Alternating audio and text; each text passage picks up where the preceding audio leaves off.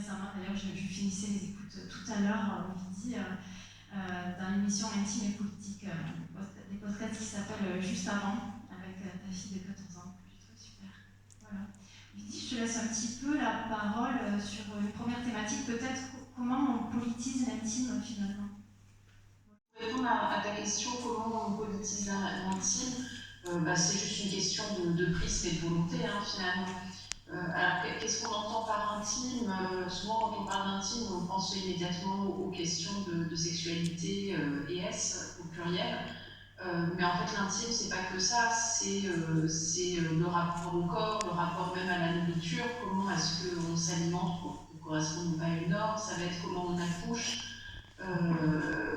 est-ce que notre consentement est respecté ou pas dans un cadre obstétrique ou gynécologique. Ça va être aussi la question de, pourquoi pas, de la parentalité, puis ça va être la question de l'amour aussi. On n'a jamais autant parlé de révolutionner l'amour finalement que ces 2 dernières années, ça n'a jamais été autant dans l'air du temps.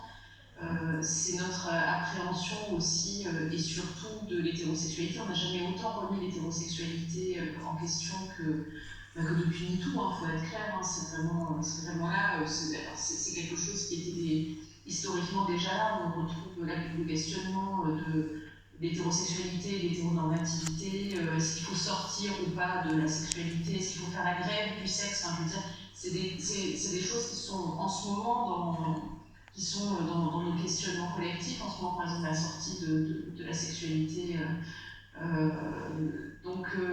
mais encore une fois, c'est pas une approche qui est complètement récente. La sortie de l'hétérosexualité, on en parlait déjà, je parlais de Wittig dans les années 70, on en parlait avec les anarchistes du début du XXe siècle, donc c'est pas des choses qui sont nouvelles, mais c'est juste que collectivement, quand même, il se passe un truc depuis MeToo, c'est que on politise de fait toutes ces questions qui sont liées à l'intime.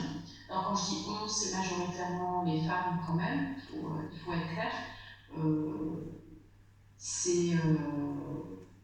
On remarque, moi je le remarque en tout cas par exemple en milieu militant, avec pas mal de camarades hommes qui se disent de gauche ou à gauche de la gauche de la gauche, et qui baissent comme des mecs de droite, donc ça veut dire qu'ils refusent complètement de penser justement l'intime à travers un prisme politique parce que ça les arrange pas, ou parce qu'ils se sont construits comme ça, ou parce que ça remettrait trop de choses en question, ou parce que voilà, c'est aussi perdre un certain nombre de privilèges que de remettre en question les rapports de pouvoir, donc c'est prendre ce risque d'être déclassé aussi. Donc je vois que ça patauge quand même de ce côté-là. Mais voilà, pour répondre à ta question, je fais un gros détour pour essayer de répondre à ta question qui est très large, qui est comment est-ce qu'on politise l'intime. C'est juste on change de prisme, en fait, et on regarde le réel, on regarde notre environnement, on dépiote les rapports de genre, tout ça à travers ce prisme-là qui est éminemment politique, et on arrête de penser que le politique s'arrête à la porte de la chambre à coucher, par exemple. C'est commencer par là, c'est commencer par admettre que tous ces questionnements, c'est pas juste des questionnements, je disais, c'est les femmes qui se sont majoritairement emparées de ces sujets-là, mais c'est partir du principe que c'est pas qu'un questionnement de bonne femme, justement, que c'est pas une sous-lutte, politiser l'intime, parce qu'on a souvent... déjà, les luttes féministes ont souvent été considérées comme des sous-luttes, en se disant, ah oui, mais c'est la lutte contre le capitalisme, et puis le féminisme, on verra plus tard. Mais alors là, politiser l'intime, c'est une sous-lutte dans la sous-lutte, quoi. Donc il faut déjà, comment est-ce qu'on politise l'intime? Déjà en partant du principe que c'est pas une sous-lutte, que ce sont des sujets qui sont éminemment sérieux, et puis on met les mains dans le cambouis, quoi.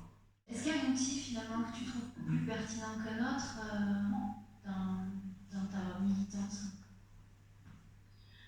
Écoute, alors c'est vrai que j'utilise plusieurs supports, effectivement l'image filmée, à travers des documentaires ou même un peu de fiction, et le son. Le son, c'est effectivement pas le même usage, documentaire radio, documentaire audio, podcast, etc. Il y a la BD aussi, l'écriture. Mais pour moi, la constante, ça raconte au final toujours la même chose. C'est-à-dire, les supports évoluent, c'est-à-dire les chemins diffèrent. Moi, j'aime beaucoup le support de fond. C'est quand même ça que j'affectionne le plus. Bon, après, je fais un peu de fiction, un peu de machin, tout ça, mais je veux dire vraiment documentaire, soit sonore ou filmé. On raconte pas la même chose en documentaire sonore et en documentaire filmé, ça c'est clair. On ne fait pas passer les mêmes émotions non plus, on ne va pas mobiliser chez les spectateurs ou les spectatrices la même chose, on ne va pas aller chercher la même chose. Néanmoins, on va quand même raconter, le message politique final restera quand même le même. Et en fait, ces différentes approches du corps et qui est finalement quelque chose qu'on n'arrivera jamais à toucher. Donc, c'est comme si on avait plein de petits moyens pour essayer d'attraper justement cette question du corps sans jamais vraiment pouvoir l'atteindre. Mais on essaie de s'en rapprocher un peu. Je ne sais pas si je suis claire vraiment dans mon explication. Mais souvent on dit que les artistes, c'est pas forcément les artistes au sens large, je crois que c'est pas forcément les plus habiles pour parler de leur pratique, j'en sais rien. Dans le livre, justement, je trouve que c'est assez habile parce que déjà c'est sur ça passe sur Arte, donc c'est quand même quelque chose qui est visible au plus grand nombre du public. J'ai vu une interview de toi où ça avait même été visionné dans d'autres pays. Il y avait quand même un truc assez fou avec ces toutes petites séquences sur l'équité sexuelle, c'est ça? Est-ce que tu peux nous en parler un petit peu de ce projet? De livres. Ouais. Livre à la base, c'était un manifeste illustré, donc illustré par Digli. Oui. Donc c'était un texte écrit avec des illustrations de Digli et des planches à la fin de chaque chapitre. Et on l'a adapté pour Arte en série d'animation. Et il y a d'autres personnes qui ont travaillé dessus. Il y a Sophie-Marie Laroui qui a travaillé avec moi aussi sur l'écriture des sketchs, des petites scénettes de début et de fin et ce genre de choses. Donc c'est vraiment l'animation, c'est vraiment quelque chose de collectif. Donc il y a quelque chose d'un peu déstabilisant quand par exemple on fait du documentaire ou qu'on écrit des textes où on est un peu presque seul avec son travail, son œuvre entre guillemets. Là, il y a une démultiplication des intermédiaires qui au début fait un petit peu flipper parce qu'on se dit oh là là, il y a 50 personnes entre moi et le résultat final. Comment ça va se passer? Est-ce que tout le travail ne va pas être dénaturé? Donc en fait, le plus gros enjeu sur Libre, ça a été de ne pas dénaturer ce que je voulais faire moi, c'est ces choses, mais pas trahir non plus le travail de Digli en fait. Qui a un graphisme très particulier, un trait très particulier, puis c'était un peu notre bébé aussi. Donc pour moi, c'était important que ce soit une parole qui soit accessible gratuitement et qui puisse être bingée aussi facilement. Donc de son téléphone portable, pourquoi pas, de son ordi, de peu importe en fait, mais qu'on puisse enchaîner, je dirais, les épisodes, parce que c'est aujourd'hui comme ça qu'on consomme de la série. Enchaîner les épisodes, c'est des épisodes qui sont assez courts, qui font 3 minutes 30. Chaque épisode a une thématique précise. Là, en ce moment, on est en train de bosser sur la saison 2 et chaque épisode a son message, quoi, finalement. Et on ne donne pas de leçons, on ne donne pas de solution, c'est-à-dire dans la série, on part du principe qu'on ne sait pas, qu'il faut qu'on amorce la déconstruction, puisque nos fantasmes n'arrivent pas ex nihilo, c'est une construction. C'est le fruit de notre environnement, de notre environnement culturel et médiatique. Voilà. Donc nous, on est plutôt dans une optique de déconstruction. Très bien, on pense à déconstruction, mais on ne dit pas en fait ce qu'il faut faire. Et on lance aussi une forme d'appel à l'auto-indulgence, c'est-à-dire parfois, c'est pas parce qu'on connaît les mécanismes de domination, qu'on a conscience de ça, qu'on peut s'en libérer pour autant. Par exemple, je ne sais pas, moi je peux vous parler de façon très froide et très conceptuelle du rapport à la nourriture, de comment on affame les femmes, comment on crée des troubles alimentaires, comment, etc., des normes de beauté. Enfin, je peux vous ressortir tout beauté fatale de Mona Chollet, je peux faire tout ça, il n'y a pas de souci. N'empêche que chaque année, au moment du printemps, je vais faire mon régime. Et au moment du printemps, je suis assez sympa parce que des troubles alimentaires, j'en ai toute l'année. Donc, en fait, c'est pas parce qu'on comprend les mécanismes de domination qu'on est capable de les déjouer. Et c'est ce qu'on a voulu faire dans le livre, c'est-à-dire voilà comment ça fonctionne, voilà d'où ça provient, toute la source, toutes les différentes sources d'injonction, voilà, ça provient de là. Maintenant, démerdez-vous avec ça et on essaie de s'en dépatouiller, mais si on n'y arrive pas, on ne va pas s'autoflageller pour autant, quoi. Donc voilà, le but de Libre, le sous-titre, c'est ça, manifeste contre les dictats sexuels, c'était ça, c'était essayer de se libérer des injonctions mais comme on peut et à notre rythme en fait. Est-ce que tu peux nous raconter justement quelques anecdotes sur ta trajectoire en tant que femme artiste?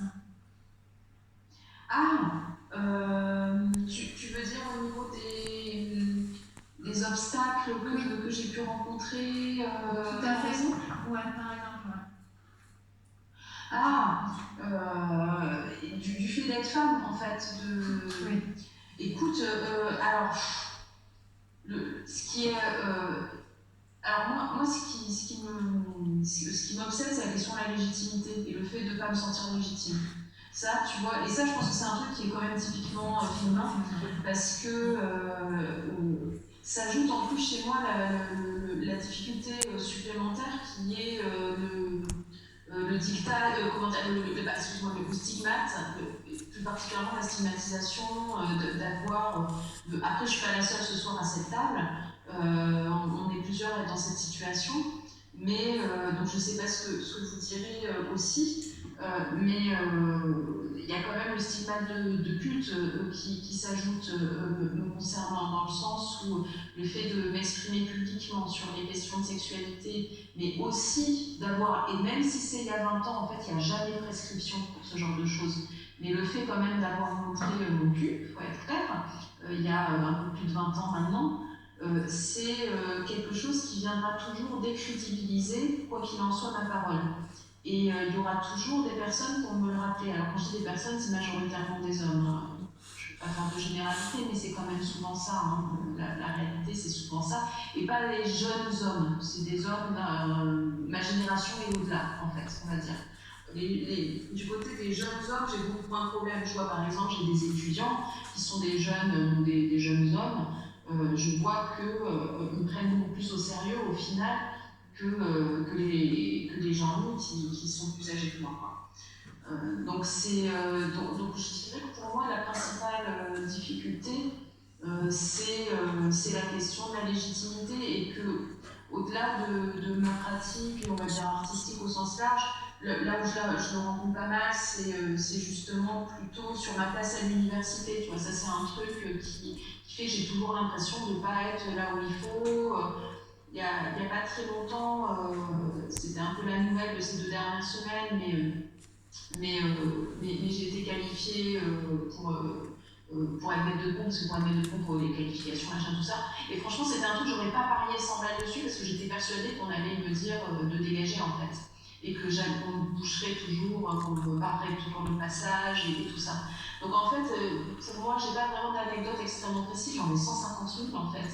Mais 150 000 fois, ces 20 dernières années, on m'a fait comprendre que ma place, c'était pas dans, comment dire, que j'étais jamais à ma place, et que finalement ma seule place c'était sur un lit en train d'écarter les jambes en fait. C'est quand même souvent ça. Je peux faire n'importe quoi. À chaque fois que je sors un nouveau doc, à chaque fois que je sors un nouveau livre, à chaque fois que je sors un nouveau truc, il y a toujours des mecs sur les réseaux sociaux pour dire en gros que ma place c'est pas là, que ma place c'est aller sucer des. Excusez-moi, je suis vulgaire, mais c'est quand même ce que je peux lire sur les réseaux sociaux, c'est un peu parfois si bon.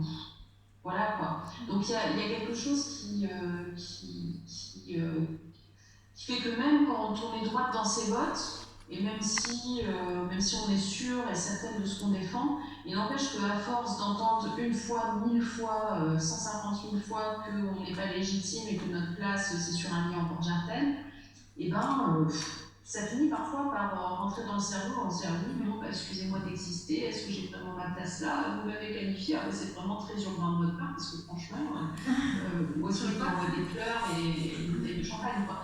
Donc je dirais, voilà, pour moi, je ne sais pas si je réponds à ta question, mais en tant que femme, c'est surtout là que les obstacles sont là, et ils sont dans ma tête aussi, hein. Je me rends compte qu'avec le temps, ils sont plus dans ma tête que réellement, on fait de moins en moins barrage, quoi. Mais c'est toujours là, quoi. Enfin, moi, j'ai toujours l'impression d'être en 1999, en train de faire mon premier tournage, et avec des gens qui m'insultent à la sortie, quoi. Dans ma tête, je serai toujours cette fille-là, je serai toujours cette fille qui se fait son premier tournage en 99. Tu t'es quand même armée pour en arriver là, pour réussir à sortir un petit peu de, du coup, je sais sais pas si ça existe vraiment, mais du syndrome de l'imposteur, on va dire, on en parlait tout à l'heure, je sais pas si c'est ça. T'as quand même trouvé des solutions, je sais pas, psychiques ou...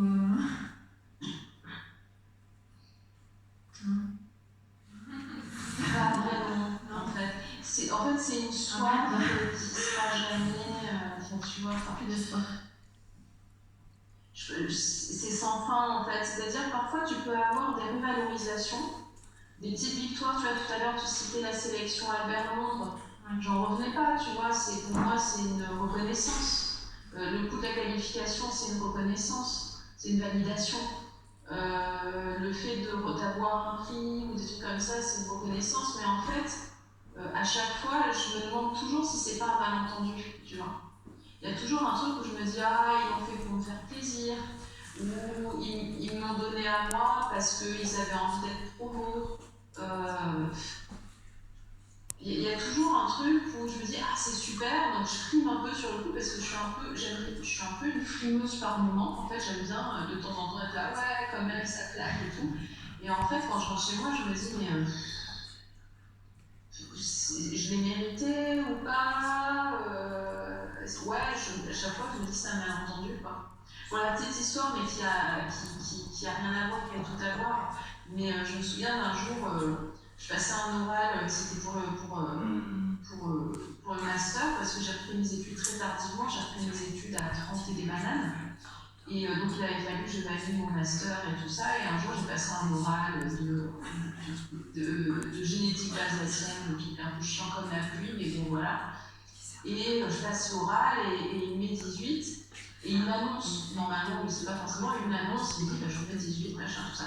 Et je suis sortie, je me souviens, j'ai couru pourtant à 30 et des bananes, quoi, avec voilà, une certaine expérience professionnelle, une gamine à charge, enfin voilà, je suis pas un bébé, quoi. Et je suis sortie là, et je suis sortie en courant parce que j'avais qu'une peur, c'était qu'on me rattrape dans les couloirs pour me dire qu'en fait il y avait l'erreur et que non c'était pas 18. Bah tu vois, c'est un peu ça tout le temps dans ma tête, c'est-à-dire même aujourd'hui, même si j'ai un prix ou un truc comme ça pour un film ou une reconnaissance ou je sais pas quoi, je me dis, je suis la fille qui court dans le couloir en ayant peur d'être rattrapée et à qui on va dire non, je me suis trompée madame, quoi. Tu vois, je suis un peu ça.